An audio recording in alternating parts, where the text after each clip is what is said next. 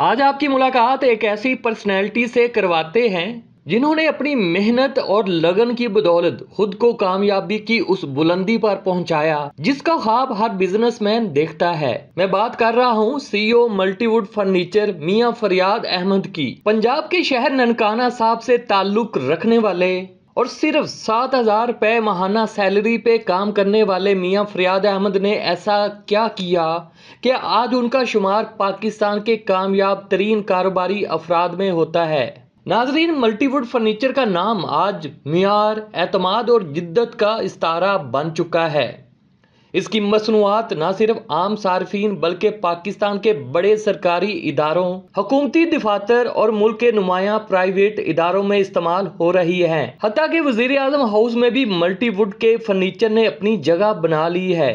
आखिर ऐसी क्या खास बात है इस ब्रांड में? आज मियां फरियाद अहमद हमें खुद बताएंगे कि उन्होंने अपने ख्वाब को हकीकत में कैसे बदला, कौन से फैसले उनकी जिंदगी के टर्निंग पॉइंट बने। मजीद मियां फरियाद अहमद की मेहनत और कामयाबी की क्या है कहानी, जानते हैं उन्हीं की जुबानी। अस्सलाम वालेकुम। वालेकुम अस्सलाम। मियां साहब, आपका बहुत शुक्रिया, आपने अपना कीमती वक्त हमारे लिए निकाला। थैंक यू सो मच जनाब, आपका भी अच्छा, शुक्रिया। सबसे पहले तो अपनी फैमिली और अपने बचपन के बारे में बताएं। आपका ताल्लुक किस एरिए से है और कितना अरसा हो गया आपको लाहौर आए हुए? बिस्मिल्लाहिर्रहमानिर्रहीम। Thank you so much Shakeel, आपने जो है वो आज मेरे बचपन के जो है ना वो उन यादों के दरीचे में आप मुझे लेके जा रहे हैं। तो मेरी पैदाइश तो लाहौर की है, बाई बर्थ मैं लाहौर से ही हूँ। सफ़ा वाला चौक मल्ला मडार में जो है ना वो हमारी रिहाइश थी। ठीक है। तो वैसे हमारा जो आबाई इलाका है, आबा अजदाद का, वो ननकाना साहब है। अच्छा। ननकाना साहब जो है वहाँ पे मेरा बचपन जो है उसके काफ़ी ज़्यादा जो यादें हैं वो वहाँ से वाबस्ता हैं। और उन्हीं यादों के तनाज़र में जो है वो शादी जो है वो भी ननकाना साहब में ही हुई। अच्छा, ठीक है। ज़बरदस्त। तो और मैं आपको बात बताऊं, मैं भी ननकाना साहब से ताल्लुक़ रखता हूं। अच्छा, ज़बरदस्त ज़बरदस्त ज़बरदस्त। चलो जी, ननकाने से हमारी बड़ी यादें वाबस्ता हैं जी, बचपन वहीं पे गुजारा है। जब भी स्कूल की छुट्टियां होती थी ननकाना साहब, मेरे चूँकि ननिहाल उधर ही थे तो वहाँ पे चले जाते थे और वहाँ पे जाके तो ज़िंदगी की बड़ी यादें वाबस्ता हैं। और हमने जो है वो लाइफ का आगाज़ जो है वो अल्हम्दुलिल्लाह जो है वो आप समझ लें कि एक जॉब से शुरू किया और वहाँ से अब चलते चलते जो है ना इसको पैशन और शौक़ के साथ ऐड करते गए और फाइनली जो है अल्हम्दुलिल्लाह हम लोग जो है वो बिज़नेसमैन जो है वो बने। और फिर बिज़नेसमैनों में इस वक्त अल्हम्दुलिल्लाह पाकिस्तान का मैं फ़ख्र से कह सकता हूँ कि ना सिर्फ पाकिस्तान बल्कि पूरी दुनिया के अंदर मल्टीवुड फर्नीचर एक बेहतरीन ब्रांड जो है ना वो बन चुका है। और हम लोग जो है वो अपनी कमिटमेंट्स को ऑन करते हैं, आफ्टर सेल सर्विस। ज़बरदस्त। ये तो काम की बातों की तरफ आहिस्ता आहिस्ता हम आते हैं। बचपन के कोई ऐसे दोस्त जिनसे आपकी अभी भी दोस्ती हो? बिल्कुल ऐसे दोस्त मौजूद हैं जी, जिनके साथ स्कूल फ़ेलो भी मौजूद हैं, कॉलेज फ़ेलो भी मौजूद हैं और उनके साथ जो है ना वो हसीन यादें भी वाबस्ता हैं। उनमें से कोई 5 के नाम बता दें जो आपके बचपन के दोस्त हैं जिनसे आपका ताल्लुक अब भी है। अल्हम्दुलिल्लाह उसमें सर-ए-फ़हरिस्त आफ्ताब आलम साहब हैं, अली इमरान साहब हैं और मिर्ज़ा दाऊद बेग है, राव अशरफ साहब हैं और शहज़ाद भाई हैं, शहज़ाद ख्वाजा साहब हैं। और इसके अलावा जो है वो बेशुमार और भी दोस्त हैं। उसमें एक मेरे दोस्त हैं वो सेक्रेटरी हैं शाकिर साहब, और इस तरह के और बेशुमार दोस्त हैं। ये तो आपके हो गए बचपन के दोस्त। अभी जब आप बिजनेसमैन बने तो अब आपके कौन से दोस्त हैं? अब बिज़नेस की वैसे तो ये अल्हम्दुलिल्लाह ये जो हमारे बचपन के दोस्त हैं ये आज भी हम उनके साथ जो है ना एक दूसरे के साथ उसी तरह वाबस्ता हैं जिस तरह बचपन में थे। अब ये हुआ कि बिज़नेस के अंदर जब आए तो कुछ बिज़नेस कम्युनिटी के दोस्तों से भी मुलाकातें हुई, तो उसमें भी बड़े करीबी जो दोस्त हैं हमारे, राव खुर्शीद साहब मेरे बड़े अच्छे दोस्त हैं, काशिफ अनवर साहब जो हमारे फार्मर लाहौर चैम्बर के प्रेसिडेंट रहे हैं उनके साथ बड़ी अच्छी दोस्ती है, अंसर सईद भट्ट साहब हैं और इसके अलावा कई और नाम हैं, इमरान सलेरिया साहब हैं, शाहिद डोगर साहब हैं। बेशुमार ऐसे दोस्त हैं जिनके साथ बड़ा लगाव है और बड़ी मोहब्बत है अल्हम्दुलिल्लाह। मियाँ साहब, आपके दोस्तों की तो बात होगी। अब मियाँ साहब ये बताएं कि ज़िंदगी की पहली कमाई कितनी थी और उसे आपने खर्च कैसे किया? ज़िंदगी की मेरी पहली कमाई मैं समझता हूँ जी, जब मैंने जॉब स्टार्ट की तो मेरी 7,000 पहली सैलरी जो है ना वो मुझे मिली। जबरदस्त। और और ये कौन से साल की बात है? ये आप समझ लें जी कि 1997 की बात है। हम्म। तो उस वक़्त मुझे जो है ना वो पहली सैलरी मिली। हम्म। तो आई रिमेंबर कि मेरी उस वक़्त खुशी की इंतहा थी। हम्म। और वो पैसे जो है वो मैंने जाके तो अपने वालिद साहब को दिए। उन्हें मैंने कहा कि जी ये मेरी इस पहले महीने की जो है ना वो सैलरी है। हम्म। और उसके साथ कुछ कंपनी ने मुझे इंसेंटिव भी जो है ना वो ऑफ़र किया था। तो मैं कहा जी वो मैंने अपना पॉकेट मनी रख लिया। हम्म। तो यहाँ से मैंने अपनी लाइफ का आगाज़ किया। तो आई जो रिमेंबर आपको 7,000 मिली पहली सैलरी, कितनी खुशी हुई? अल्फाज में बयान नहीं हो सकती, क्योंकि मेरे वालिद साहब चूँकि वो जॉब करते थे हम्म। और उनकी जॉब को बहुत अच्छी नहीं थी। हम्म। वो समझ लें कि वो उनकी लास्ट सैलरी जो थी वो भी 5,000 थी। और जब मेरी 7,000 सैलरी आई तो हमारे घर में बड़ा एक खुशी का समा था। हम्म। और आई रिमेंबर कि मेरी वालदा स्पेशली बड़ी दुआएं कर रही थी कि अल्लाह का शुक्र है कि अल्लाह ने मेरे बच्चे को जो है ना वो कामयाबी दिया और ये बड़ी अच्छी सैलरी पे जो है ना इसने जॉब स्टार्ट कर दी है। तो उसके जबरदस्त। साथ कंपनी ने एक मुझे मोटरसाइकिल आप भी दी। काम क्या करते थे? मैंने जो है मुझे जॉब जो थी वो मेरी मेडिसिन कंपनी के अंदर, मैं एज ए सेल्स मैनेजर जो है वो लाहौर में अपॉइंट हुआ था। अच्छा, डायरेक्ट ही सेल्स मैनेजर। जी सेल्स मैनेजर। उसकी वजह ये थी कि मेरी क्वालिफिकेशन अच्छी थी क्या और क्वालिफिकेशन आपकी? एक्सपीरियंस था मेरा अल्हम्दुलिल्लाह। मैंने जो है वो DHMS किया हुआ था। और जो मेरी आप समझ लें कि मास्टर के इक्वल है। हम्म। तो उसमें जो है वो कंपनी ने जब मुझे वो देखा कि इसका पैशन अच्छा है, शौक़ अच्छा है, तो उसके साथ ही फिर उन्होंने ना जो मुझे वो as a sales manager Lahore में अपॉइंट किया। तो वहाँ से मैंने अपनी लाइफ का जो है ना वो आगाज़ किया। जबरदस्त। 7,000 महाना कमाने वाले मियाँ फरियाद अब महाना कितना कमाते हैं? अब अगर आप FBR वालों को मेरे घर भेजना चाहते हैं तो मैं एक्चुअल बता देता हूँ। अल्हम्दुलिल्लाह ज़िंदगी की हर वो नेमत जिसकी मैं ख्वाहिश करता हूँ वो अल्लाह ने मुझे अता की हुई है। 200+ मेरे पास इस वक्त टीम मेंबर्स हैं जो मेरे अपना काम कर रहे हैं मेरे साथ, ठीक है। और इसमें मुझे कोई मुज़ायका नहीं है, क्योंकि मैं टैक्स पेयर हूँ और अपने टैक्सेस मैं पूरी ईमानदारी और दयानतदारी के साथ पे करता हूँ। इसलिए अल्हम्दुलिल्लाह मिलियंस के अंदर मेरी जो है ना वो प्रॉफिट भी है और महाना, माशाल्लाह। ठीक है। और उसमें चूँकि मैं टैक्स पे करता हूँ इसलिए आई एम नॉट वरीड कि मैंने कुछ चीज़ हिडन रखी नहीं हुई। सारी चीज़ें ओपन रखी हुई हैं, अपने अकाउंट्स तक ओपन रखे हुए हैं और टैक्स वगैरह पे करते हैं। बल्कि मैं आपके चैनल के तवज्जुह से कहता हूँ कि जनाब टैक्स ज़रूर दें, क्योंकि टैक्स देने से ही हमारी मुल्क की मईशत जो है वो बेहतर होगी बिल्कुल। और हमारी गवर्नमेंट जो है वो हमें भी और फैसिलिटेट हमारी कर इकोनॉमी सकेगी। का पहिया रवा दवा रवां हमारे दवां टैक्स होगा। की वजह से ही चलता है। बेशक ऐसे ही है। अच्छा मियाँ साहब, आप जॉब करते थे, 7,000 आपकी सैलरी थी, ऐसे ही है। बिजनेस करने का ख्याल माइंड में कैसे आया? अच्छा, मैं चूँकि जॉब के दौरान ही मेरा जो विजन था या मेरे जो गोल्स थे वो यही थे कि मैंने अपना बिज़नेस करना और मैंने बिज़नेसमैन बनना है। सही। और इसमें बड़ा दिलचस्प वाक़या आपको बताता हूँ कि मैंने चूँकि उस कंपनी के अंदर जो है बड़ी हार्ड वर्किंग की, टू मच एफर्ट की, तो उसके अगेंस्ट जो है मैं कंपनी का जो सबसे आइडियल जो लेबर के या स्टाफ के लोग होते हैं मेरा शुमार होना शुरू हो गया। तो आफ्टर 2.5 ईयर जब मैंने अपने कंपनी ओनर से बात की कि सर मैं जो है ना वो काम छोड़ना चाहता हूँ, तो उन्होंने फ़ौरी तौर पे उन्होंने मुझे पैकेज जो है ना वो ट्रिपल कर दिया कि बेटा आपको 24,000 सैलरी मिलेगी, इंसेंटिव भी मिलेगा, साथ आपको गाड़ी दे देते हैं, आप काम नहीं छोड़ो। मैंने कहा मैं कहा जी मैं अपना फ्यूचर बनाना चाहता हूँ, इसलिए मुझे जो है ना वो जॉब नहीं करनी बल्कि बिज़नेस करना है। सही। तो बड़ा मज़ेदार वाक़या ये है कि वो कंपनी ओनर ने मुझे बड़ा फ़ोर्स किया। जब मैं नहीं एग्री हुआ तो कंपनी का ओनर मेरे घर चला गया। उन्होंने वाला साहब को जाके कहा देखे जी आपके बेटे को 24,000 ऑफ़र किया है, साथ इंसेंटिव भी है और उसके साथ गाड़ी दे रहा हूँ कि जो बच्चा कहता है मैं ले देता हूँ, तो ये काम ना छोड़े। तो मुझे याद है मेरे वाले साहब का ये जुमला, उन्होंने कहा बेटा हम गरीब लोग हैं यार, ये कारोबार या बिज़नेस हमारे बस की बात नहीं है, हमारे पास तो सरमाया नहीं है। ठीक है। ठीक है। तो मैंने उन्हें कहा, मैं कहा जी मेरा अज़म और मेरा हौसला है कि इंशाल्लाह मैं बिज़नेसमैन बनूंगा, मुझे आपकी दुआओं की ज़रूरत है, मैं आपको बिज़नेस करके दिखाऊंगा, कम सोर्सेज के साथ भी, कम पैसों के साथ भी, और अल्हम्दुलिल्लाह वो मैंने करके फिर दिखाया। सही। आप बिजनेसमैन ही क्यों बनना चाहते थे? अच्छा, उसकी रीज़न थी कि मैं शायद जॉब में भी मैं बहुत ज़्यादा खुश था। ठीक है, बिजनेसमैन मैं इसलिए इस थॉट के साथ बनना चाहता था कि मैं वसीला बनूं, मैं ज़रिया बनूं ऐसे लोगों का जो बेरोज़गार हैं और जो इस वक्त जो है ना जिनके पास जॉब्स नहीं है। तो मैंने बिज़नेस को प्रायोरिटी इसलिए दी कि मैं अच्छा एक ऐसा ज़रिया बांधूं जिससे मैं लोगों के लिए रोज़गार के मौके जो है ना वो पैदा कर सकूं। सही। अच्छा, मल्टीवुड फर्नीचर सिर्फ पाकिस्तान नहीं पूरी दुनिया में इसको जो पजीराई मिली है, जो शोहरत मिली है, कम ऐसे बिजनेस को मिलती है जो मैं जानता हूँ। मल्टीवुड फर्नीचर का बिजनेस स्टार्ट करने से पहले आप क्या करते थे? जॉब करते थे या कोई और बिजनेस करते थे? अच्छा, इससे पहले मेरा जो है ना वो मेडिसिन का बिज़नेस था। तो रहमान फार्मा के नाम से मेरा मेडिसिन का बिज़नेस था। उसमें अल्हम्दुलिल्लाह वो भी top of the list Pakistan के अंदर जो मैन्युफैक्चरिंग के अंदर मेडिसिन कंपनियां थी उनके अंदर टॉप ऑफ द लिस्ट जो कंपनियां उसमें शुमार होता था।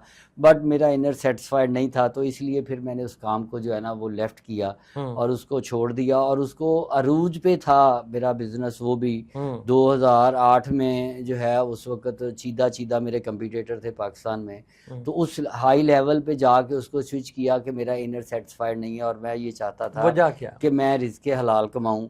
अच्छा, उसमें रीज़न मल्टीपल रीज़न थी। एक तो ये था कि हमारी मेडिसिन जो हैं इनके अंदर कुछ ऐसे आप समझ लें कि केमिकल यूज़ होते हैं और उनके अंदर कुछ जो है रेक्टिफाइड स्प्रेड का इस्तेमाल होता है जो कि लीगली आप यूज़ कर रहे होते हैं। बट पेशेंट जो है ना वो एक कप सिरप जो है वो खांसी के लिए भी यूज़ करता है और उसको फॉर ड्रिंक पर्पस भी यूज़ कर लेता है। ठीक है, तो उससे मुझे जो है ना वो थोड़ा गिल्टी फील होता था। हालांकि मेरी रिस्पॉन्सिबिलिटी ये थी कि मैंने एक प्रोडक्ट बनाई और मैंने जो है वो स्टोर्स को और डॉक्टर्स को और डिफरेंट ये जो मैन्युफैक्चरर अदारे थे जो कंपनियां सिरप वगैरह बनाती थी इनको हम जो है ना वो रॉ मटेरियल भी सप्लाई करते थे।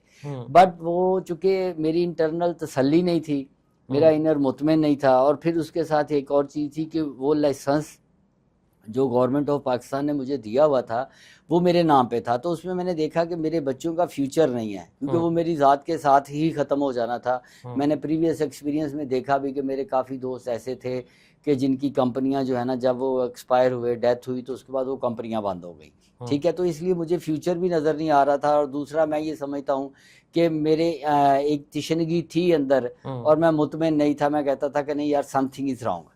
तो मैंने उस वक्त याद है कि मैं हरम शरीफ में गया, मैंने वहाँ पे जाके मुफ्ती साहब को भी ये क्वेश्चन लिख के भेजा। तो उन्होंने बताया कि आपका रिज़्क मशकूक है और अल्लाह ने आपका रिज़्क लोहे कुरानी में लिख दिया है, ना कम ना ज़्यादा, उतना ही मिलना है जो लिखा है।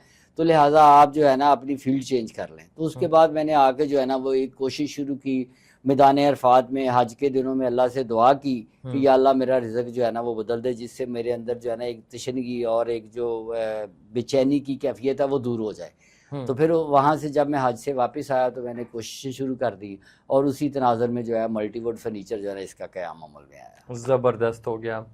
अच्छा, आपने मल्टीवुड फर्नीचर, ये आइडिया आपके माइंड में कहाँ से आया? अच्छा, ये आइडिया जो है ना ये मुझे आप समझ लें कि गिफ्ट ही मिला है। हम दो पार्टनर थे, तो हमारे दो नेम थे। एक मल्टीवुड फर्नीचर था और एक हमारा था नेट कम्युनिकेशन के नाम से, हाल रोड के ऊपर। दो बिजनेस थे और दो ही हम पार्टनर थे। कुछ अरसा बाद जब हमने ये फील किया कि हम आपस में एक दूसरे के साथ जो है वो बहुत लॉन्ग टाइम नहीं चल सकते, जो कि पाकिस्तान का मिजाज भी है कि हम लोग जो है ना ये समझते हैं कि शायद वो मेरा हक खा रहा है, मैं समझता हूँ नहीं ये मेरा हक खा रहा है, मेरी एफर्ट ज़्यादा है, वो कहता है मेरी एक्सपर्टीज ज़्यादा। वो इस तरह की कुछ इस तरह की प्रॉब्लम्स आई जो कि बिज़नेस के अंदर पाकिस्तान के अंदर आती हैं। पार्टनरशिप पाकिस्तान के अंदर इसी वजह से कामयाब नहीं है कि हम समझते हैं कि नहीं यार एफर्ट सारी हमारी हैं, दूसरा बंदा तो फारिग है। इस तरह की कुछ चीज़ें जब सामने आई तो मैंने फिर अपने दोस्त से मशवरा किया कि यार इसको जो है ना बाइज्जत तरीके से हम जो है ना दो चुके आइडेंटिटीज़ हैं, एक आप रख लो एक मैं रख लेता हूँ। तो ये मेरे दोस्त जो हैं उनकी वो राय ये बनी कि जी ये मल्टीवुड फर्नीचर आप रखें और वो हाल रोड वाला बिजनेस जो है ना वो हम रख लेते हैं। बाहमी इत्तेफाक से हमने वो बिजनेस फिर सेपरेट किए।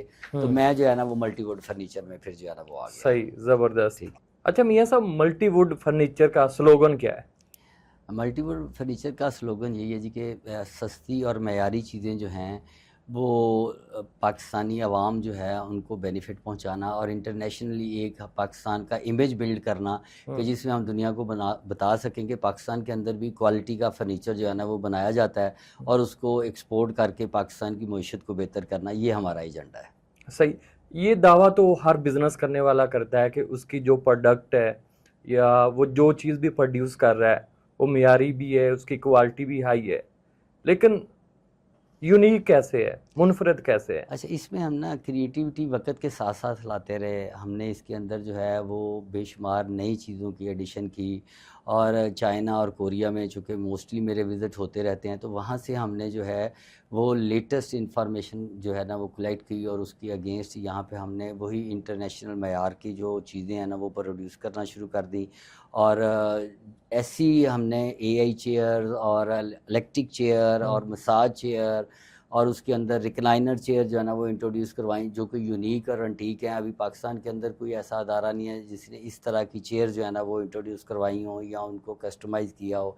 फिर उसी के साथ जो है वो इंटरनेशनली ट्रेंड को हम मद्देनज़र रखते हुए जो है ना वो चीज़ें प्रोड्यूस करते हैं, जिसमें अब इंटरनेशनल एक ट्रेंड चेंज हो रहा है कि जी अब जो है वो वर्किंग आवर्स चूँकि 8 घंटे काम करती है टीम, तो उसमें से 4 घंटे वो बैठ के काम करे और 4 घंटे वो खड़े होके। तो उसके लिए हमने जो है वो इलेक्ट्रिक जो है स्टैंडिंग डेस्क जो है वो इंट्रोड्यूस करवाए और उसको अल्हम्दुलिल्लाह वर्ल्ड वाइड जो है वो बड़ी पजीराई मिली और वो इस वक्त हम उसको जो है ना वो एक्सपोर्ट भी कर रहे हैं और पाकिस्तान के भी डिफरेंट अदारों के अंदर जो है वो हमारे लग रहे हैं। सही। अच्छा, मल्टीवुड ऑनलाइन सर्विसेज भी प्रोवाइड करती है या आपके फिजिकल आउटलेट ही है? जी, मल्टीवुड फर्नीचर इस वक्त अल्हम्दुलिल्लाह गूगल की दुनिया में पाकिस्तान में जो है वो हमारे 100+ कीवर्ड्स ऐसे हैं जो फर्स्ट पेज पे रैंक कर रहे हैं। मल्टीवुड को शायद बहुत कम लोग जो है ना वो सर्च करते हों।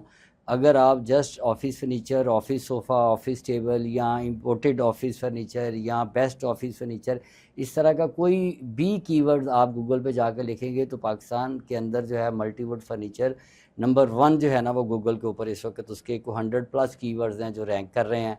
और यही वजह है कि 80% हमारी सेल जो हैं वो पाकिस्तान से जो है वो ऑनलाइन की सूरत में हमें जो है ना वो रिसीव हो रही हैं। सही। अच्छा, मैंने आपकी एक वीडियो देखी थी, वीडियो में आप बता रहे थे कि पाकिस्तान के बहुत सारे एयरपोर्ट्स और बड़े इदारों में मल्टीवुड का फर्नीचर है। कौन कौन से इदारे और कौन कौन से एयरपोर्ट्स पे आपका ये फर्नीचर है? ये 250 हैं कस्टमर हमारे जो अदारों की सूरत में या डिफरेंट जो मल्टी नेशन अदारे हैं उनके ख़ास जो है उनका ज़िक्र अगर मैं करता चलूँ तो अल्हम्दुलिल्लाह गिलगित बल्तिस्तान से अगर हम शुरू होते हैं तो गवर्नर गिलगित बल्तिस्तान जो है उसके ऑफिस का फर्नीचर मल्टीवुड फर्नीचर ने लगाया है। प्राइम मिनिस्टर हाउस में अल्हम्दुलिल्लाह मेरा अच्छा। फर्नीचर लगा हुआ है, बल्कि इस वक्त मौजूदा प्राइम मिनिस्टर शहबाज शरीफ साहब जिस चेयर पे बैठते हैं वो मल्टीवुड फर्नीचर से गई हुई है। और ज़बरदस्त। इसी तरह अगर मैं बात करूं लाहौर एयरपोर्ट की, कराची एयरपोर्ट की, तो वहाँ पे अल्हम्दुलिल्लाह मल्टीवुड फर्नीचर जो है ना इसका फर्नीचर जो है वो लगा हुआ है। और इसके अलावा बेशुमार ऐसे अदारे हैं जहाँ पे मल्टीवुड फर्नीचर जो है वो अपनी सर्विसेज जो है ना वो दे रहा है, चाहे वो यूनिवर्सिटीज़ हैं। पंजाब यूनिवर्सिटी से शुरू करें आप तो ननकाना यूनिवर्सिटी तक जो है ना, कमालिया यूनिवर्सिटी है और इसके अलावा गिलगित यूनिवर्सिटी है। डिफरेंट ऐसी यूनिवर्सिटीज़ हैं जहाँ पे अल्हम्दुलिल्लाह मल्टीवुड फर्नीचर जो है ना वो लगा हुआ है। ज़बरदस्त। अच्छा मियाँ साहब, ये तो होगी काम की बातें, अब कुछ और सवालात करते हैं। आपकी ज़िंदगी का सबसे बड़ा ख्वाब क्या है? मेरी ज़िंदगी का सबसे बड़ा ख्वाब जो है वो तो यही था कि अल्लाह ताला ने वो मुझे सारे वो ख्वाब मेरे पूरे कर दिए कि बचपन में देखा करते थे कि मेरी वालदा जो है जब हम गांव जाते थे, उकाड़ा के करीब हमारा एक गांव है, तो वहाँ पे जाना तो हमने ना रोड पे खड़े होना ना, तो मेरी वालदा दुआ करती थी कि या अल्लाह मेरे बच्चों को कोई गाड़ी मिलेगी। उस वक्त गाड़ी नहीं थी। ठीक है। तो आई रिमेंबर कि जब लाइफ के अंदर मैंने एफर्ट करके सक्सेस हासिल की तो मैं अपनी वालदा को उसी स्टॉप पे लेके गया और गाड़ी में लेके गया कि माँ जी इत्थे खलोगे तुसी ये दुआ करते सी, अल्हम्दुलिल्लाह वो पूरी हो गई है। तो ये एक ख्वाब ज़बरदस्त। था उस वक्त बचपन में जो अल्लाह ने वालदा उस वक्त हयात थी वालदैन, तो उनकी ज़िंदगी में अल्हम्दुलिल्लाह वो मेरा ख्वाब जो है ना वो पूरा हो गया। उसके बाद यही था कि ज़िंदगी की जब तगो-दो में लगे कि अल्लाह ताला औलाद दे और औलाद नेक हो और वो कामयाब हो, तो वो सारे गोल्स अल्हम्दुलिल्लाह स्मूथली इतने बेहतरीन तरीके से जो है ना वो अचीव हो गए हैं कि अब तो दुनिया को समझते हैं कि बहुत कमा लिया है। अब तो ज़बरदस्त। आप जैसे अच्छा मियाँ नौजवानों साहब, के साथ दिल लगा के बैठे हैं। शुक्रिया आपका। अच्छा मियाँ साहब, आप खुद भी एक बड़े कामयाब बिजनेसमैन हैं। अगर मैं बिजनेसमैनों की बात करूं तो आप ऐसे कौन से बिजनेसमैन हैं जिनसे आप बहुत इम्प्रेस हैं या जिनसे आप बहुत मुतासर हैं? मैं एलन मस्क से बहुत इम्प्रेस हूँ। ठीक है। मैं अली बाबा के जो है वह हेड जो हैं उनसे बहुत इम्प्रेस हूँ। अच्छा, एक बिजनेसमैन अमेरिका के हैं, दूसरे चाइना के हैं, तो ऐसे ही पाकिस्तानी बिजनेसमैन जिनसे आप बहुत मुतासर अच्छा, हो? पाकिस्तानी बिजनेसमैनों में लॉट ऑफ फ्रेंड्स हैं, जिसमें मैं समझता हूँ शेख रफ़ान इकबाल अलफता वाले हैं, ये रैम्बो कैश एंड कैरी वाला इमरान सलीमी है, ये पंजाब कैश एंड कैरी वाले जो हैं हाफिज़ इजाज़ साहब हैं, या इस तरह के और बेशुमार दोस्त हैं। इसमें मेरे लिए बहुत अच्छे काशिफ़ अनवर मेरा बड़ा अच्छा दोस्त है, वो मेरे लिए बड़ा एग्जांपल है, और कई ऐसे बेशुमार दोस्त हैं जो रोल मॉडल हैं, जो मेरी तरह कामयाब बिजनेस भी कर रहे हैं और उसके साथ साथ जो है अपने सोशल हल्का को भी जो है ना वो साथ साथ चला रहे हैं। सही है। अभी तक बिजनेस में आपने सबसे बड़ी मुश्किल कौन सी फेस की है? हाँ, बिज़नेस में मैं समझता हूँ जी कि मुश्किलात को बड़ी या छोटी नहीं होती। हम्म। अगर आप एफ़र्ट ठीक कर रहे हैं और आप कोई इसके अंदर जो है ना मिस कमिटमेंट नहीं कर रहे, और आप अपनी क्वालिटी को जो है ना वो भी ठीक रख रहे हैं, आफ्टर सेल सर्विसेज भी आप प्रोवाइड कर रहे हैं, तो फिर मैं समझता हूँ इन सच को बिज़नेस के अंदर ऐसी कोई डिफ़िकल्टीज़ नहीं आती कि जिससे आप जो है ना वो बहुत ज़्यादा परेशान हो जाएँ। सही है। अगर आप जो है वो ऑन टाइम अपनी डिलीवरीज़ को रखें, अपनी क्वालिटी को रखें, आपकी प्राइसेस ठीक हों, तो फिर बिज़नेस जो है ना वो एंजॉय करने वाली चीज़ है, टेंशन वाली नहीं है। जबरदस्त। सिर्फ 7,000 कमाने वाले और जॉब करने वाले मियाँ फरियाद ने अपने आप को मनवाने के लिए और एक कामयाब बिजनेसमैन के तौर पे मनवाने के लिए किन किन मुश्किलात का सामना किया? मैंने आपको बताया ना जी कि मुश्किलात को तो मैंने आज तक कभी बॉदर ही नहीं किया। अच्छा। मैंने तो एंजॉय किया। हम्म। सिर्फ मैंने एक काम किया कि मैंने अपने बिज़नेस के साथ लव किया। सही। मैं एक मेरा लेक्चर भी है, उसमें भी मैंने ये बताया था कि आज के नौजवान जिस तरह वो लव विद वाइफ और लव विद चिल्ड्रन और लव विद गर्लफ्रेंड करते हैं ना, तो मेरी गर्लफ्रेंड मेरा बिज़नेस था। इसके साथ मैंने इतना प्यार किया, और इसकी कामयाबी की वजह भी यही है कि मैंने इसमें अपना 100% जो है ना वो इन्वॉल्व किया, और मेरा एक अपना स्लोगन था, डू एंड डाई। मैंने जब फर्नीचर की दुनिया में आया हूँ तो मुझे एक्सपीरियंस नहीं था, बट मेरा अज़म इतना पुख्ता था कि इससे वापस नहीं जाना, बस डू एंड डाई करना, और अब करना यही है। ठीक है। सही। तो बिज़नेस के अंदर मैं समझता हूँ कि मुश्किलात नहीं हैं, अगर आप इसको पूरी ईमानदारी के साथ, कमिटमेंट के साथ और क्वालिटी को मेंटेन रखते हुए और हार्ड वर्किंग करते हुए आप करें, तो ये डे बाय डे आपको जो है ना वो एंजॉय भी करवाएगा, और आपके लिए ये पीसफुल भी होगा, और सही। ये ग्रो भी करेगा। सही। बस इसमें मैंने आपको बताया एक चीज़ जो आज के नौजवानों में नहीं है, या बड़ी जल्दी फेड अप हो जाते हैं, जिसमें आपने भी कोई एक दो बैड एक्सपीरियंस भी किए हैं, आई नो। तो उसकी रीज़न ये है कि प्रोडक्ट लेना कोई काम नहीं है, प्रोडक्ट बनाना भी कोई काम नहीं है, असल काम ये है कि प्रोडक्ट को सेल करना। अगर आपको सेल करना आ गया तो फिर जो है ना वो बिज़नेस आप इंजॉय करना शुरू कर देंगे। वरना नाकाम बिजनेसमैन जो आज भी बैठ के ये कह रहे होते हैं कि अच्छा जी वो हमें नाकामी हो गई, ये बिज़नेस अच्छा नहीं था, ये नहीं है, वो नहीं है, तो उसके अंदर एक्चुअली जो है ना वो उनकी अपनी एफर्ट और स्ट्रगल और हार्ड वर्किंग नहीं होती। उन्होंने ऑप्शन रखी होती है कि अच्छा अगर बिज़नेस में कामयाब ना हुए तो हमने इधर मूव कर जाना है। इसी पे मैं एक सवाल आपसे करना चाहूँगा, क्योंकि आपने अपने आप को एक कामयाब बिजनेसमैन के तौर पे मनवाया है। एक कामयाब बिजनेसमैन और एक नाकाम बिजनेसमैन में बुनियादी फ़र्क क्या होता है? हार्ड हरामी, सिर्फ मुख्तसर सा कि जो लोग एफर्ट नहीं करते, जो मेहनत नहीं करते, कंफर्ट जोन में रहते हैं, कंफर्ट जोन में रहते हैं, जो अपने पैशन को, अपनी एफर्ट्स को जो है ना अपने बिज़नेस के साथ अटैच नहीं करते, बल्कि उनकी जो एक्टिविटीज़ है ना कुछ और होती हैं, बिज़नेस और होता है, इसलिए वो बिज़नेस फ्लॉप हो जाता है। मेहनत नहीं मियाँ साहब, करते। मैंने ऐसे काफ़ी टैलेंटेड लोग देखे हैं, अल्लाह पाक ने उन्हें बहुत टैलेंट दिया हुआ है, लेकिन वो सारा दिन सो के गुजार देते हैं, शाम को उठते हैं 5-6 बजे। वजह क्या है जिसकी वजह से वो जितना उन्हें कामयाब होना चाहिए उतना वो कामयाब नहीं होते? अच्छा, उन्हें क्या आप पैगाम देंगे जो सारा दिन सो के गुजार देते हैं? ये वैसे पैगाम आप उनसे डायरेक्ट ही ले लें तो वो ज़्यादा बेहतर हो जाएगा। मैं ये समझता हूँ कि वर्ल्ड के अंदर जो जो शख्सियात कामयाब हुई हैं, अगर हम उनको स्टडी करें और हम उनको देखें तो उनका दिन जो है ना वो जल्दी निकलता है और रात जल्दी हो जाती है। कामयाबी की एक अलामत ये भी है कि अगर आप वर्किंग आवर डे टाइम में मतलब वर्किंग नेचर करते के हैं, साथ चलना चाहिए। नेचर के साथ आप चलते हैं और आप डे टाइम के अंदर वर्किंग करते हैं तो फिर आपकी कामयाबी यकीनी है। अदरवाइज़ कामयाबी आपकी थोड़ा दूर चली जाती है और वो आपको परेशान भी गाहे बगाहे ज़रूर करती है। और सही दूसरा ये आपकी हेल्थ को भी अफेक्ट करती है, तो लिहाजा इसमें तो मैं समझता हूँ। और सही। ये ख़ास तौर पे हमारे नौजवानों की हैबिट ये बन रही है और यही वजह है कि हमारी जो इस वक्त पाकिस्तान की मईशत है वो सफ़र कर रही है, या हमारे आज का नौजवान अगर परेशान है तो उसकी बेसिक रीज़न ये है कि वो नेचर के साथ नहीं चल रहा, बल्कि वो अपने असूलों के मुताबिक चलना चाहता लेकिन है। बिल आपकी बात से इत्फाक करता हूँ, लेकिन आज के नौजवान घर बैठे बहुत ज़्यादा कमा रहे हैं ई कॉमर्स के ज़रिए। ऐसे ही अभी हमारे बजट में उन्होंने बताया था कि $400 मिलियन जी जी जी नौजवानों ने, फ्रीलांसर नौजवानों ने कमाए। एक्सपोर्ट की है, बिल्कुल ऐसे बिल्कुल ही है, अर्न किया है। ऐसे ही। अच्छा मियाँ साहब, ये सारी काम की बातें हो गई, इश्क और मोहब्बत का आपकी ज़िंदगी में कितना अमल दखल है? यार इसके लिए शकील टाइम ही नहीं मिला। अच्छा। एफर्ट करते रहे और इश्क और मोहब्बत जो है ना, ये जो बिगिनर है ना, वो उनकी लाइफ में शायद मेरा ख्याल है इसकी स्पेस नहीं होती।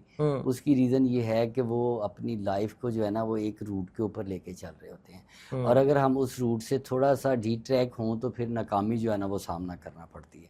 इसलिए फिर जो है ना वो इस हवाले से कभी फोकस ही नहीं कर पाए, और वो जो लाइबिलिटीज स्टार्ट हुई बचपन से जो है ना वो चलते चलते चलते यहाँ तक आ गए।